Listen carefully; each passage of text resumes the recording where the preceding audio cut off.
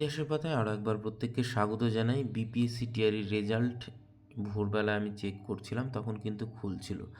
আজকে আমরা দেখব যে সোশ্যাল সায়েন্সের যে কাট আপ সেইটা কত গিয়েছে, সেটা দেখাটা কিন্তু খুব গুরুত্বপূর্ণ। এই টিআরি থ্রিতে কাট আপ কেমন গিয়েছে দেখুন। এইটা আমাদের বিপিএসসি বিহারের যে গ্রুপ, হোয়াটসঅ্যাপ গ্রুপ, সেখানে কিন্তু আমি শেয়ার করে দিয়েছি।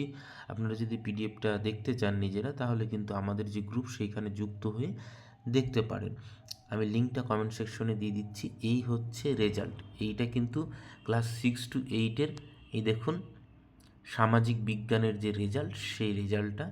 এবং এইখানে যদি দেখেন যে এই প্রথমেই রয়েছে আনরিজার্ভ মানে জেনারেল ক্যাটাগরি, এবং জেনারেল ক্যাটাগরি কিশোরচন্দ্র সাহানি প্রথম হয়েছেন। এই যে রোল নাম্বারটা দেখতে পাচ্ছেন আপনারা এবং নামটা, তিনি হচ্ছেন মেল প্রথম হয়েছেন।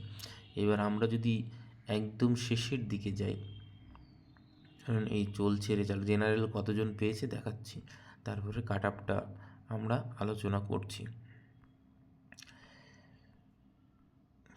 পুরো পিডিএফটা যদি স্ক্রল করে নিচের দিকে, তাহলে দেখেন এই যে 700-800 ঘর পার হচ্ছে। একটু নিচে গেলে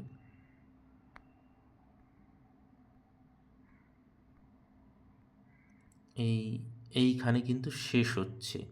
দেখুন ইডাব্লিউ শুরু হচ্ছে জেনারেল ক্যাটাগরি 1512, এইটা হচ্ছে লাস্ট, এবং রাজলক্ষ্মী হচ্ছেন লাস্ট ব্যক্তি জেনারেলে যিনি পেয়েছেন। এবং এই যে রোল নাম্বারটা দেখতে পাচ্ছেন 582702, এইটা হচ্ছে লাস্ট ফিমেল। তো আর এর যদি আমরা একদম লাস্টে চলে যাই, সবার শেষের পেজটা, সেইখানে দেখবেন কাট আপটা দেওয়া রয়েছে। এইবার কাট আপটা যদি দেখেন, সেইখানে আনরিজার্ভ ক্যাটাগরির কাট আপ গিয়েছে 75। ঠিক আছে, তাহলে 75, 120-র মধ্যে কেউ যদি 75 পেয়ে থাকেন, তাহলে সে কিন্তু চাকরি পেয়েছেন। সোশ্যাল সায়েন্সের কথা বলছি আমি। এবং ফিমেল আনরিজার্ভ ক্যাটাগরি 68 পেলে সে চাকরি পেয়েছেন। এইবারে যে পার্ট 3 পার্ট 1-এর যে মার্ক দেওয়া রয়েছে এবং এই ডেট অফ বার্থ দেওয়া রয়েছে, এই বিষয়টাকে ডেট অফ বার্থ নিয়ে কালকে গ্রুপে অনেকেই জিজ্ঞাসা করছিলেন।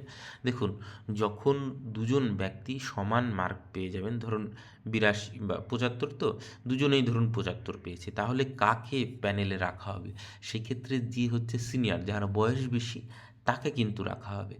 তো এবং এছাড়াও আরেকটা বিষয়, যে পার্ট 1-এর যেটা দেখছেন 25 মার্ক, সেটার ক্ষেত্রেও কি, ধরুন প্রথমে দুজন ব্যক্তি তারা সমান মার্ক পেয়েছেন 120-র মধ্যে, তাহলে তখন চলে যাবে পার্ট 1, অর্থাৎ ল্যাঙ্গুয়েজ পেপারে যে সব থেকে বেশি পেয়েছে সেই কিন্তু চাকরিটা পাবে।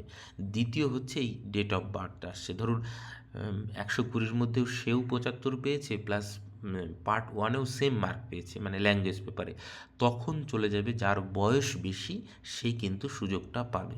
তাহলে বোঝা গেল, এইখানে এই ডেট অফ বার্থটা নিয়ে খুব বেশি মাথা ব্যথা করার কোনো কারণ নেই।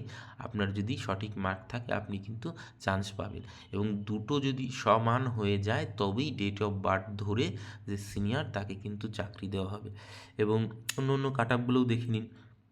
ইডাব্লিউএস 71, ইডাব্লিউএস ফিমেল 64, এসসি 57 গিয়েছে, এসসি ফিমেল 48 গিয়েছে, এসটি 53 গিয়েছে, এসটি ফিমেল 53 গিয়েছে, ইবিসি 68 গিয়েছে, ইবিসি ফিমেল 59 গিয়েছে, বিসি 73 গিয়েছে, বিসি মানে ব্যাকওয়ার্ড ক্লাস, আমরা যেটা ওবিসি এখানে বলি সেরকমই।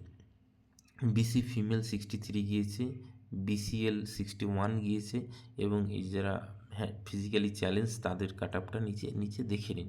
এবং সবথেকে কম কাট আপ গিয়েছে যে এক্স ফ্রিডম ফাইটার, তাদের 39, মানে 39-এও কিন্তু চাকরি পেয়েছে। তাহলে আমরা মোটামুটি ধরতে পারি 39 অবধি চাকরি হয়েছে। তাহলে মানে 120-র মধ্যে 39, বুঝতেই পারছেন খুবই একটা মিনিমাম মার্ক।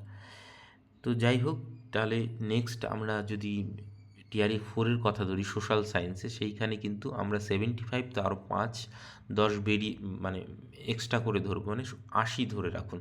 80 থেকে 85 এইরকম যদি মার্ক পান, তাহলে আপনার কিন্তু একটা সেফ জোনে থাকবেন বলেই অনুমান করা যায়। তাহলে কাট আপটার যদি আপনারা নিজেরা দেখতে চান, আমাদের যে গ্রুপ রয়েছে সেখানে গিয়ে কিন্তু দেখতে পারেন। আমি গ্রুপের লিঙ্কটা কিন্তু নিচে কমেন্ট সেকশনে দিয়ে দিচ্ছি। আপাতত সকলকে অসংখ্য ধন্যবাদ।